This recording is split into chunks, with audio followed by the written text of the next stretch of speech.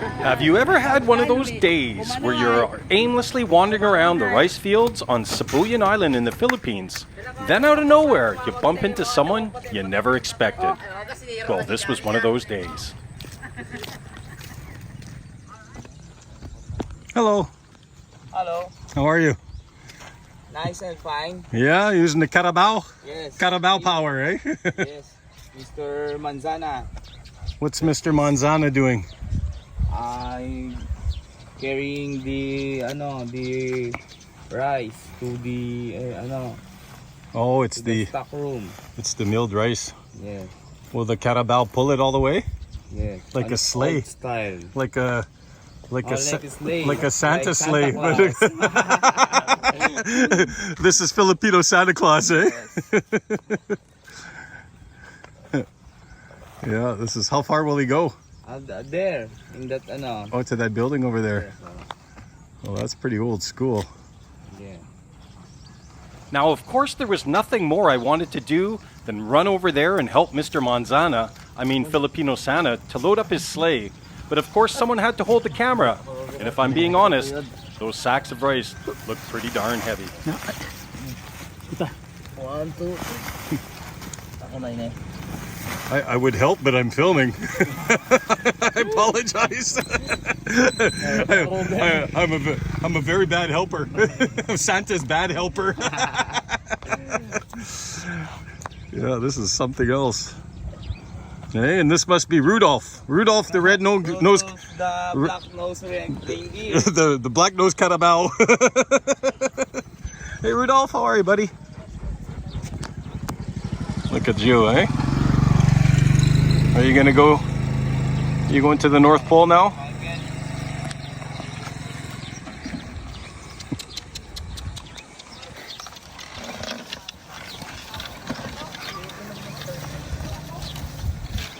Oh, there goes the modern day sleigh. Yes. Anyways, nice to meet you. I'm gonna go follow Santa and Rudolph. Have a nice day. With the sleigh all packed up, it's now time for Santa and his helper to start to make their way to Santa's workshop. Let's see what they get up to along the way. In the background, just behind the lush green rice fields, is the peak of Mount Guiting-Guiting, which literally means the Sawtooth Mountain, in reference to its jagged ridge. Because of the steep slopes, much of the original forest remains pristine to this day. On average, Filipino agricultural workers earn about 285 pesos per day, or $5 US. Farmers' incomes can vary between $4 and $10, depending on the kind of crops that they're working on and the region of the country that they live in.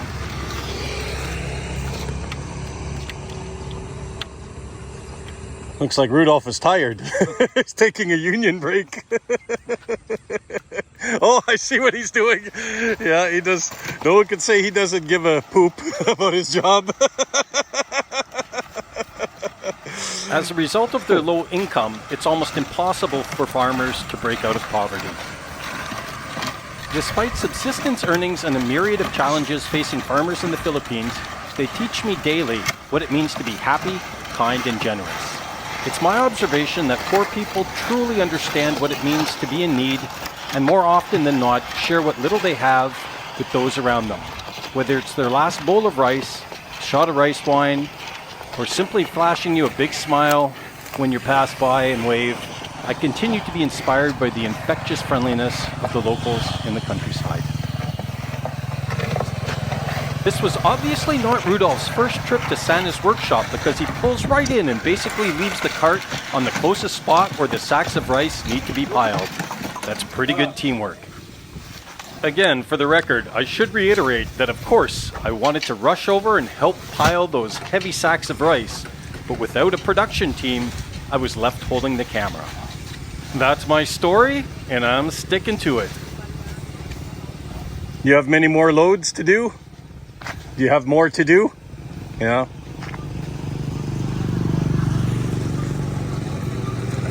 Well, Rudolph, nice to meet you. Working hard.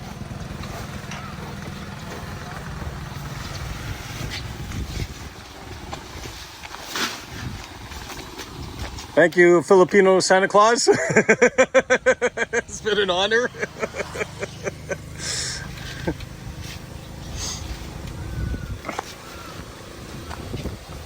Philippine farmers face several challenges, including access to credit, unpredictable weather, pests and disease affecting crops, lack of modern farming techniques and technology, low crop productivity, and market access barriers.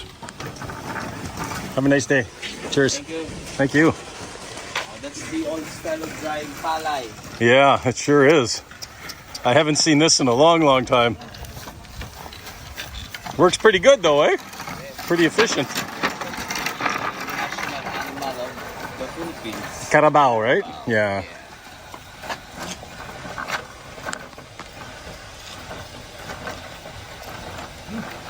Slow and steady.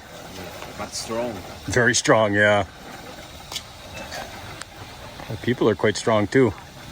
You picked up, how heavy are these bags? This is almost 50 kilos. Yeah, 50 kilos. He lifted it up like nothing. One hand. This is strong.